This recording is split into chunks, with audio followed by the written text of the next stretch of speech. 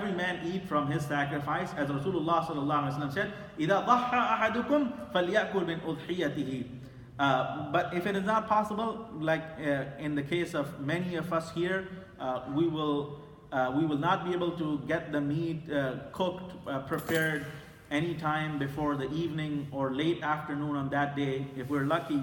So in that case, don't hold yourself in the fasting position. Just eat whatever you can, whatever is available, and then when the meat is ready, you can eat that meat as well. This eating should be after the Eid prayer and khutbah.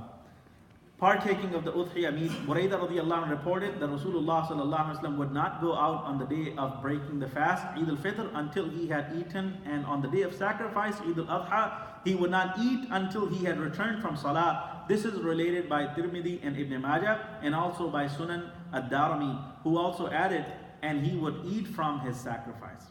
Some etiquettes, and these are some of the sunnahs for the day of Eid. To wake up early in the morning, to clean one's teeth with a miswak, to have a bath, to put on one's best available clothes, to use perfume, not to eat before the Eid prayer, to recite the takbir of tashriq in a loud voice while going to Eid prayer, Allahu Akbar, la ilaha illallah, Allahu Akbar, walillahi alhamd, and to return from Eid prayer by a different route than the one that was taken to go to the masjid. Wa akhiru da'wana alhamdulillah rabbil alamin. Any questions? Is it compulsory for every person who can afford that he should go for Udhiyah every year? For Udhiyah? Every year? Yes, every year. Every year. Every year. Because it's wajib every year. Just like the prayer will become wajib 5 times a day, so Udhiyah becomes wajib once a year. Hajj is fard once in lifetime, and fasting becomes fard every year in the month of Ramadan. Zakat becomes fard every year.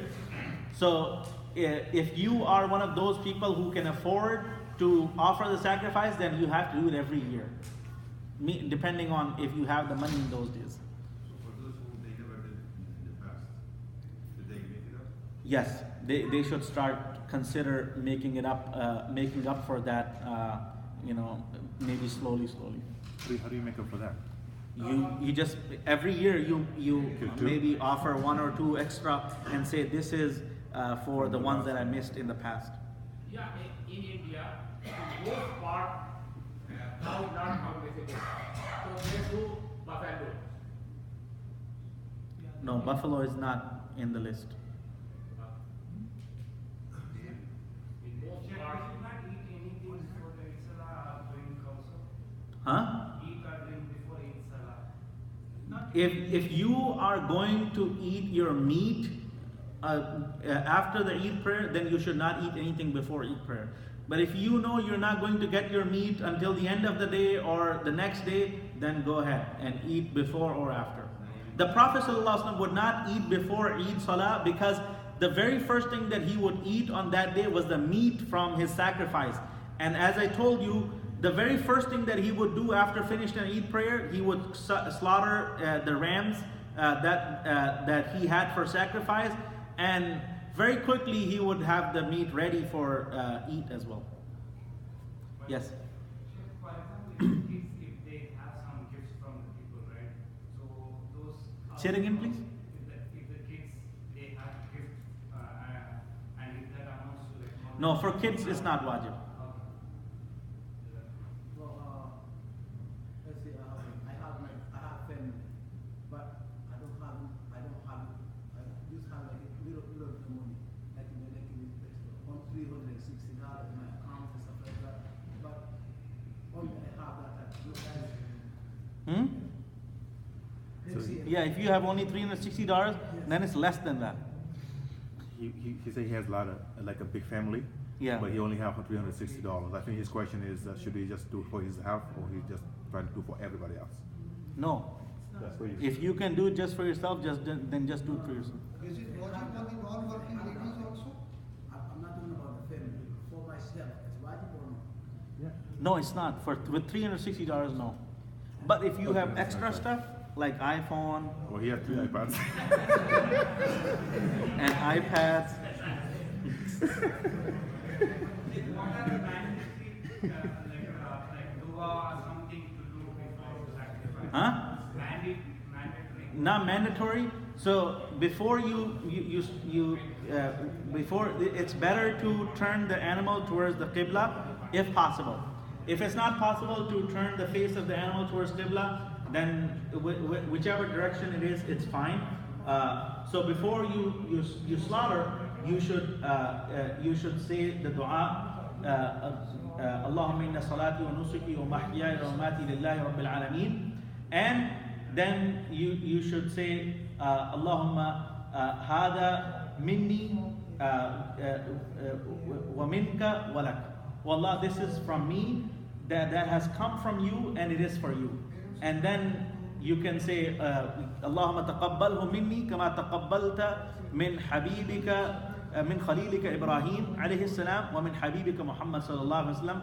Oh Allah, accept this sacrifice from me as you accepted the sacrifice from your friend Ibrahim alayhi salam and from your beloved Muhammad sallallahu alaihi wasallam.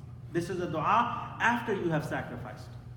You can't do the feet equality, the requirement of the person competent. What is the requirement? Muslim, Who has to give udhiyah? Yes, the person who has to give udhiyah, most importantly, of course, he has to be Muslim, and he has to be baligh, and he has to be a free person. So it's not wajib upon the slaves, which do not exist in our time. And it is also in Hanafi school of thought. One more condition is that person has to be muqim. So there's no udhiyah for the musafir. If someone is traveling during that time, during those 3 days of Eid, then udhiyah is not wajib upon them, even if they have money, even if they have a lot of money. So only upon those people who are not traveling during those days, udhiyah is wajib. Well, for them, sanity is requirement What is it? sanity. to be sane. Yes. Aqil. Yes. But for the musafir, you say after 15 days, you're not technically a musafir anymore, right? If you're traveling somewhere, Yeah, if you're traveling and you're somewhere- staying somewhere, and after 15 days, Yeah. that title of musafir doesn't apply to you anymore. Of Doesn't- course. Yeah, then you're not musafir anymore. Like before Salatin, Bismillah Allah. Bismillah Allah. But that's it.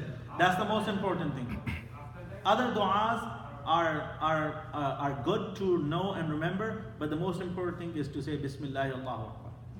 and like cutting how much we should cut and all. Okay, so it's better to cut as close to the mouth to the end of the neck towards the mouth, not towards the chest.